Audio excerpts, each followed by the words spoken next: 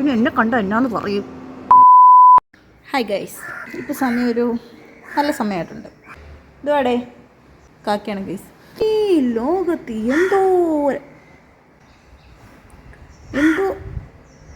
എന്തോരം കഴിവുള്ളവർ.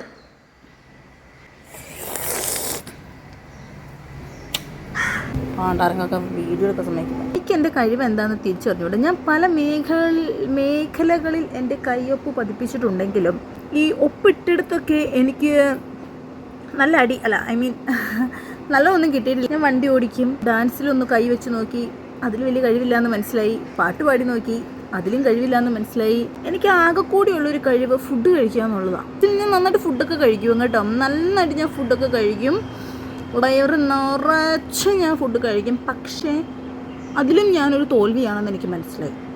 കാരണം ഞാൻ കഴിക്കുമ്പോൾ എല്ലാവരും പറയും, ഇത്രയും കഴിക്കുമല്ലോ, ഇനിയും കഴിക്കുമല്ലോ, ഇത്രയും മതിയോ, എന്നെ കണ്ടാൽ പറയൂലല്ലോ എന്ന്. പിന്നെ എന്നെ കണ്ടാൽ എന്നാന്ന് പറയും.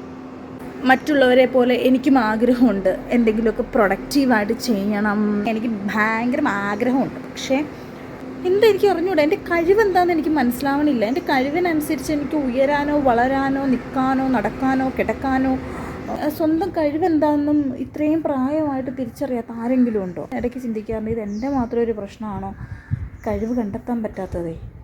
കഴിവിൻ്റെ കാര്യത്തിൽ എന്തോ ഒരു പ്രശ്നമുണ്ട്. കാരണം കഴിവെന്താണെന്ന് എനിക്കറിയില്ല. ആരെങ്കിലും കഴിവ് കണ്ടെത്താൻ പറ്റാണ്ട് ജീവിക്കുന്ന ആരെങ്കിലും ഉണ്ടോ? അത്രേ ഉള്ളൂ ഗൈസ്. Thank you.